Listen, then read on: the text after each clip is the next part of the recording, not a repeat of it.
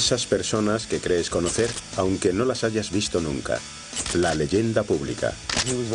Era el padre del Rat Pack. Salía con Sinatra, bebía y fumaba mucho. Era un alborotador. La persona en su intimidad. Lo que más me sorprende es que Bogart fue a un colegio privado y allí la juerga era ¿alguien juega al tenis? La realidad indescifrable. Humphrey Bogart era una figura enigmática. Yo sigo intentando averiguar más sobre él y soy su hijo.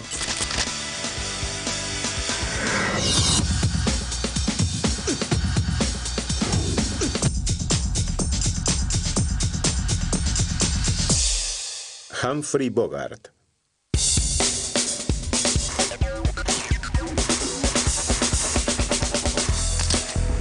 Triunfar en Hollywood siempre ha sido un logro importantísimo, y lo fue aún más en lo que ahora se conoce como la Edad Dorada. El glamour estaba de moda, y Humphrey Bogart no encajaba en el molde. Bogart estaba por debajo de la estatura media. Llevaba un postizo. Tenía una cicatriz. Ceceaba.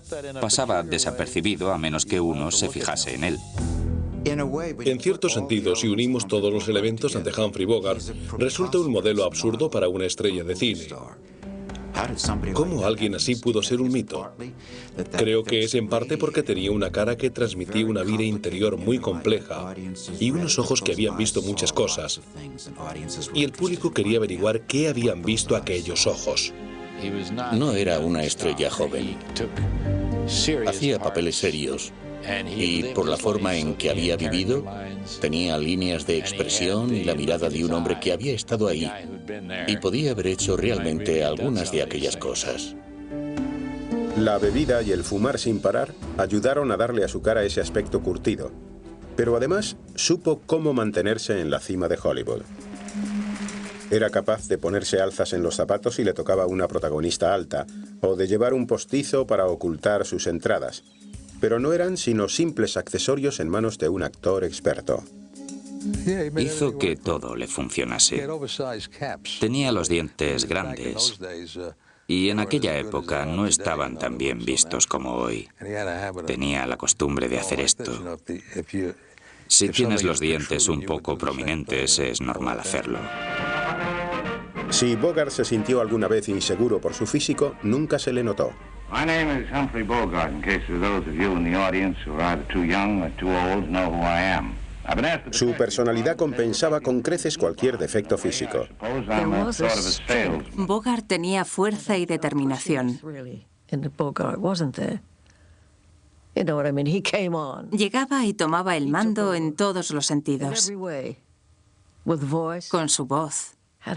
Tenía una voz magnífica y era fuerte. Era varonil. Now talk. Oh, how can you accuse me of such a terrible... This isn't the time for that schoolgirl act. We're both of us sitting under the gallows. Aquella voz potente no era solo parte de sus personajes. Los guionistas aprendieron a escribir diálogos adaptados a la forma de pronunciar de Bogart, y en la vida real afinaba su habilidad con muchas víctimas insospechadas. Le gustaba meterse con la gente y ver cómo reaccionaban. Daba una gran importancia a las reacciones. Reunía a dos personas y las observaba. Lo hacía muchísimo. Pero sin duda el aspecto más asombroso del éxito de Bogart es su capacidad para perdurar y su atractivo entre el público actual. Porque mola. Humphrey Bogart mola mucho. Es elegante, es guay. Las mujeres quieren conocerlo y los hombres quieren ser como él. Es interesante porque sigue gustando. Creo que lo importante de verdad es su dureza. Porque aunque sea la quinta esencia del tipo duro en sus películas, está dolido. Lo oculta. Sigue adelante y lo sobrelleva. Y unido a eso hay un sentido irónico. La sabiduría de la ironía. El mundo es duro. Inevitable, es fatalista. Una vez entiendes eso, quizá puedas llegar a seguir avanzando. Bogey fue uno de los primeros antihéroes, si no el primero. Entonces, si eras bueno, llevabas sombrero blanco. Los tipos malos llevaban sombrero negro. Pero Bogey era capaz de llevar sombrero blanco y sombrero negro. Era el asesino al que llegas a comprender. Realmente fue el primero que hizo algo así. Tratar de separar al hombre, la estrella de cine y el mito nunca ha sido fácil. pero la gente aún siente una curiosidad insaciable por saber cómo Bogart se convirtió en Bogart. In every man's life, there are pinpoints of time that govern his destiny. In his adolescence and his youth, a push to the right, a life of honor and credit. Es una parte tan importante en la cultura popular de Estados Unidos que cuesta creer que muriese hace casi 50 años. Y cuesta más aún creer que el último tipo duro de la pantalla naciera el día de Navidad de hace 2 siglos, el 25 de diciembre de 1899. Bogey tiene esa fama de tipo duro, pero en realidad nació en Manhattan, en una zona muy buena de Manhattan. Su padre era médico y su madre era ilustradora. Su madre, Maud Humphries, llamó a su hijo pequeño igual que su apellido y empezó a hacerle famoso como uno de sus modelos. Es interesante destacar que fue un bebé encantador. Podemos verlo en las ilustraciones de su madre. En un momento dado se identificó con el modelo de Herbert Baby, pero ahora sabemos que no tiene nada que ver. Sus padres le llevaron a los colegios privados más exclusivos de Manhattan, pero no hizo mucho por destacar. Al llegar al instituto estaba claro que a Humphrey no se le daban bien los estudios. Su padre usó sus contactos para meter a su poco aplicado hijo en su antiguo colegio privado, pero no tardaron en pedirle que lo sacara. Le expulsaron de Andover porque era un poco alborotador, digámoslo así. Le gustaba divertirse a lo grande, igual que a su hijo, aunque a mí no me expulsaron de ningún instituto. El caso es que le expulsaron de Andover y se metió en la Marina. A Humphrey Bogart, de 18 años, le destinaron al USS Leviatán para ayudar a traer a las tropas que estaban en Europa al terminar la Primera Guerra Mundial. Años después, se contaría que la cicatriz de su labio y su ceceo venían de estos viajes. Creo que leí un par de historias en las que un prisionero alemán le pedía fuego estando esposado y al ir a dárselo le golpeaba en la boca. Una de las teorías más comunes es que le hirieron en una pelea en un bar, lo cual creo que está más cerca de la verdad. Peleas en bares, Andover. Si miras una foto de mi padre, no tiene pinta de ir peleándose por los bares. Me creo más lo del prisionero. Al licenciarle de la Marina no tardó en encontrar trabajo como director de escena en un teatro de Broadway. Debutó como actor en 1922 y empezó a abrirse camino interpretando jóvenes de alta sociedad. En 1926 se casó con Helen Menken, la primera de sus 4 esposas actrices. Ella estaba más establecida en el teatro y su matrimonio se mantuvo en un segundo plano en sus carreras. Al año y medio se divorciaron y 5 meses después Bogart se casó con otra respetada actriz de teatro, Mary Phillips. A principios de 1929 dieron vida a un matrimonio en la obra Skyrocket. Duró poco tiempo. Aquel otoño la bolsa se vino abajo arrastrando con ella al público del teatro. Por suerte para Bogart, Hollywood buscaba en Broadway actores para incluir en sus nuevas películas sonoras. En 1930 se marchó a Hollywood, pero su esposa Mary se negó a dejar su carrera en el teatro y se quedó atrás. Humphrey Bogart estaba a punto de aprender que el éxito en Hollywood puede ser un camino largo y lleno de baches. Tras 8 años sin ningún éxito destacado en Broadway, la 20th Century Fox lanzó a Bogart en Hollywood.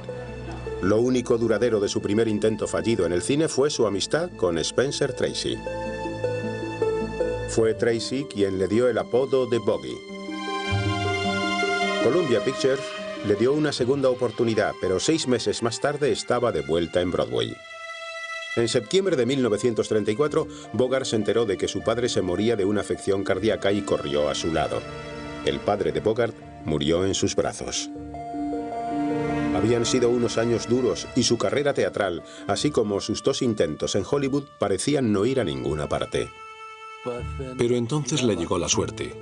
Arthur Hopkins, el productor de El bosque petrificado, la nueva obra de Robert Sherwood, recuerda haber visto a Bogart en un papelito y de algún modo se lo imagina en él, La piel del despiadado asesino.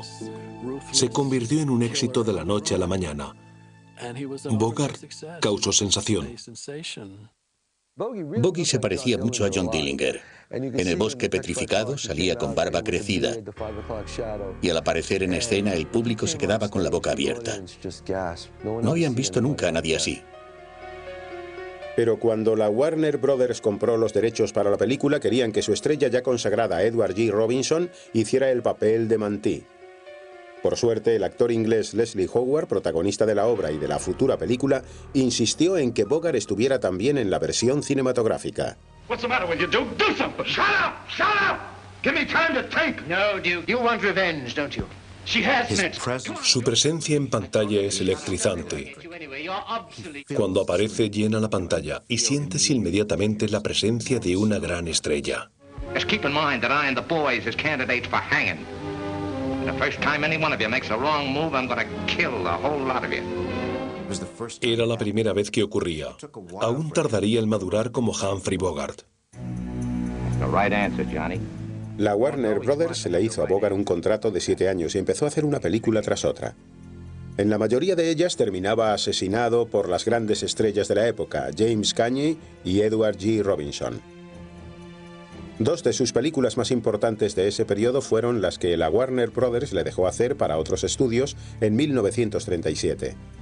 Bogart obtuvo buenas críticas interpretando a un gángster llamado Babyface Martin en el estreno de United Artists, Calle sin salida.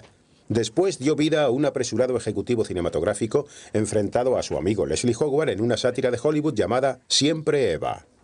You ain't getting in here again. Aside, my friend. I stand on my constitutional rights. Go away or you'll be sitting on them. Okay, sugar, it's a deadlock. Pero de vuelta en la Warners, su frustración crecía por momentos con los papeles que el estudio le daba. Los westerns demostraron que lo suyo no eran los vaqueros, y el papel de vampiro en The Return of Dr. X no fue el cambio de rumbo que buscaba. Una vez más sintió que su carrera cinematográfica se desmoronaba. Fue mientras trabajaba en The Market Woman cuando empezó una relación con la actriz Mayo Murtough. Se divorció de Mary Phillips y se lanzó a su tercer matrimonio. Pronto se convirtió en una relación conflictiva empapada de alcohol y celos. Creo que ambos eran una especie de almas perdidas que se encontraron en un momento dado. Bebían mucho. Había violencia de vez en cuando, pero siempre provocada por la bebida.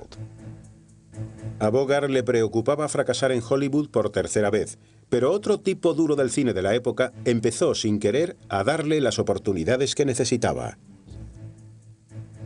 La historia de la cantidad de veces que George Raft se engañó a sí mismo y promocionó a Humphrey Bogart casi hace pensar en una especie de mano del destino que guiase nuestras carreras, porque durante un periodo de varios años que incluye varias películas, George Raft no hacía más que equivocarse y a Bogey le vino muy bien. Cansado de hacer de gángster, Raft rechazó El último refugio y la Warner Brothers le dio el papel de Roger a Bogart. El último refugio, que es una película magnífica, lo es en parte porque representó el fin de una tradición y el comienzo de otra. Fue el fin del ciclo del gángster clásico. Casi se puede decir que es el primero de los antihéroes de Bogart. El personaje logra grandes dosis de nobleza y categoría.